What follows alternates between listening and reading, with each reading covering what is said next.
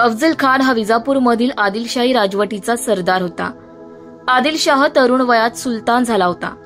त्यामुळे त्याची सावत्र आई बेगम साहिबा राज्यकारभार सांभाळत होती. छत्रपती शिवाजी महाराज स्वराज्याचा झपाट्याने विस्तार करत होते. यामुळे बेगम साहिबानं छत्रपती शिवाजी महाराजांना संपवण्याची जबाबदारी अफजल खानवर सोपवली. अफजल खान हा भोसले घराण्याचा वैरीच होता. त्याने शहाजी महाराजांना अटक केली होती, तर शिवाजी महाराजांचे बंधू संभाजी महाराज यांना कर्नाटकच्या लढाईत ठार केलं होतं. छत्रपती शिवाजी महाराजांसोबत दोन हात करण्यासाठी अफजल खाननं विजापूरवरून निघण्याची तयारी केली. खानानं शिवरायांच्या शौर्याविषयी ऐकलं होतं. असं म्हटलं जातं की मोहिमेवरती जाण्यापूर्वी खानानं ज्योतिषाकडे जायचं ठरवलं. शिवरायांचा आपण सहज पराभव करू शकू असं त्याला मनोमन वाटत होतं. पण ज्योतिषाने अफजल खानाच्या मृत्यूचं भाकीत केलं.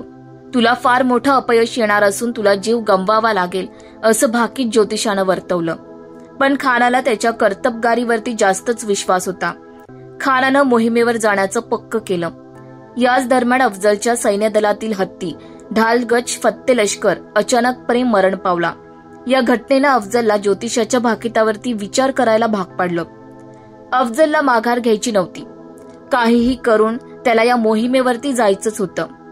अफजल खानाच्या 63 बायका होत्या. आपल्या मृत्यूनंतर या बायका दुसरं कुणाशी तरी लग्न करणार ही कल्पना अफजल खानला सहन झाली नव्हती. मोहिमेवरती जाण्यापूर्वी त्यानं सर्व बायकांना संपवण्याचा विचार केला. कर्नाटकातील विजापूर जवळची एक जागा खाननं निवडली. या ठिकाणी त्यानं 63 बायकांसाठी 63 कबरी खोदून घेतल्या. बाजूलाच स्वतःसाठी देखील एक मोठी कबर त्यानं बांधून घेतली. ही कबर त्यानं छानपैकी सजवून घेतली. कबरीपासून जवळच पाण्यानं भरलेली एक सुरंग बावडी नावाची विहीर होती. मोहिमेला जाण्याच्या आदल्या दिवशी अफजल खाननं आपल्या सर्व 63 बायकांना या ठिकाणी आणलं. एक एक करून त्यानं आपल्या बायकांना या विहिरीमध्ये बुडवून मारलं. अफजल खाननं स्वतःच्या हातांनी 62 बायकांना विहिरीत बुडवलं. यावेळी त्याची एक बायको मात्र तिथून जीव वाचवून पसार झाली. अफजलच्या सैन्यांनी तिला 2-3 दिवसात शोधून काढलं. अफजल खाननं तिचाही जीव घेतला. सर्व 63 बायकांना त्यानं या कबरींमध्ये दफन केलं. अफजल खानच्या या 63 दुर्दैवी बायकांच्या कबरी आज देखील विजापूर जवळच्या 60 कबर गावात आहेत.